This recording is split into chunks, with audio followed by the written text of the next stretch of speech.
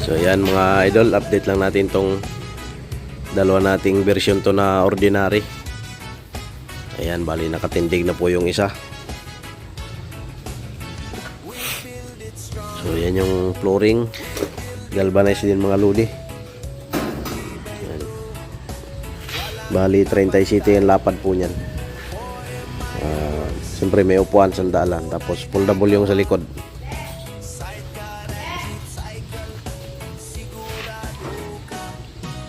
Upholstery type po ito mga lodi. So bumper na lang mamaya ikakabit.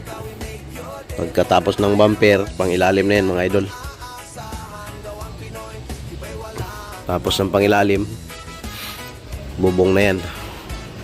Kumpleto na po ito mga lodi. Ito ganun din, yan, may tatayo na rin yan. May salamina na rin yan mga idol. Puro salpak na lang po yan. So ito nga pala yung mga driver side natin ito. Ayan o, naka-ready na rin yan. So yung sarap niya yun. Tapos yung iba nandun.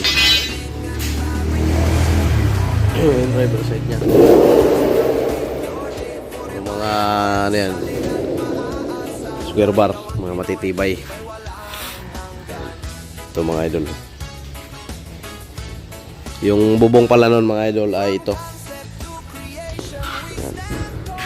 Kita nyo naman yan, no? Square bar na solid. Tibay yan mga idol. So yan yung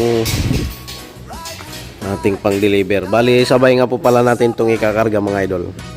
Sabay naming i-deliver yan. Kasang Kawasaki Barako at saka Kawasaki na Badya na 125. Yan. So sa mga gustong makakita ng mga pangilalim natin, yan yung pangilalim natin mga idol. Ayan o. Tapos may mga malalaking bakal pen dyan. Yan yung pangilalim namin.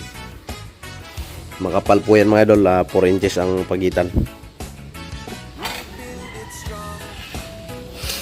Ang ginamit pala namin na Hero ay 1.0. Ayan, 1.0 yung kapal niyan. Ayan, may naka-inboss na rin tayo ditong letter K Kawasaki mga idol.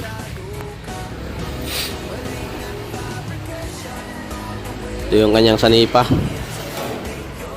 Galvanize yan. Puro galvanize po ito mga lodi. Yan, yan yung kanyang sanipa.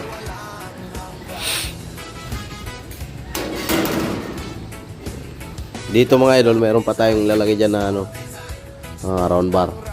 Design po yan. Tapos itong tapaludo dito, stainless po yan.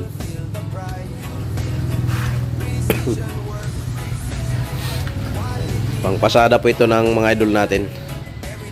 2 unit. Tapos sa awa ng Diyos mga idol, pagka-deliver ng 2 na ito, may magpapagauli 2.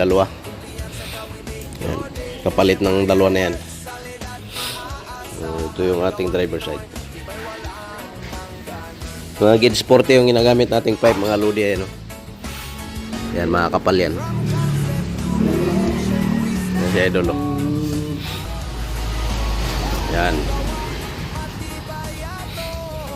Mga square bar lahat yan mga idol gamit natin para talagang matibay. Kasi yung round bar namumutok mga idol, yung kahit bakal siya napuputol. So hindi katulad nitong round bar ay square bar.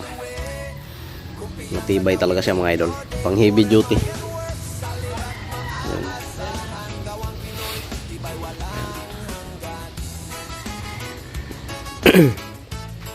Purong galvanize. Sa mga gustong magpagawa po nito mga idol, ang halaga po ng unit na ito ay halagang 40,000. Yan mga idol, ito yung mga pang setup niya sa ilalim. Dito na yan. Ito yung ating welly na ginagamit. 5 ply po yan. 6 ply. Yan mga idol, 6 ply po yan. Talagang pang heavy duty. Ito nga pala mga idol yung pinagkakabitan natin ng side wheel. 25mm. Yan. 25mm yan na bakal. Tapos ito yung 20mm, mga kasamahan ng 25 na yun. Yan. Yan yung mga ikakabit sa ilalim mga idol. Yan yung mga ikakabit dyan mamaya. Puro heavy duty po yan. Lahat galvanized, pati tapaludo. Ang apakan lang dito mga idol, magiging stainless po yun, gaya ng pangako ko doon sa mayari. Stainless yung apakan. So, mamaya ay puro full weld na yan mamaya lahat. Isang isa, mga kabel na itong isa. Yung going. Bali mamayang hapon, itatayo na rin yan. Yan. So ang address po natin ay Villas Tela Subdivision, Barangay Baclaran, Cabuyao, Laguna. Yan. Ang halaga nito mga idol sa mga gusto magpagawa ay 40,000. Version 2 ordinary. May carrier din to mga idol. Tapos may driver ladder pero galvanized din. Puro galvanized lahat. Yan. So yan, maraming salamat po mga idol.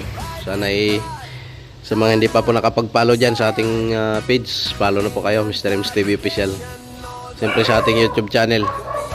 Yan, maraming salamat po mga idol at God bless you po sa inyo lahat.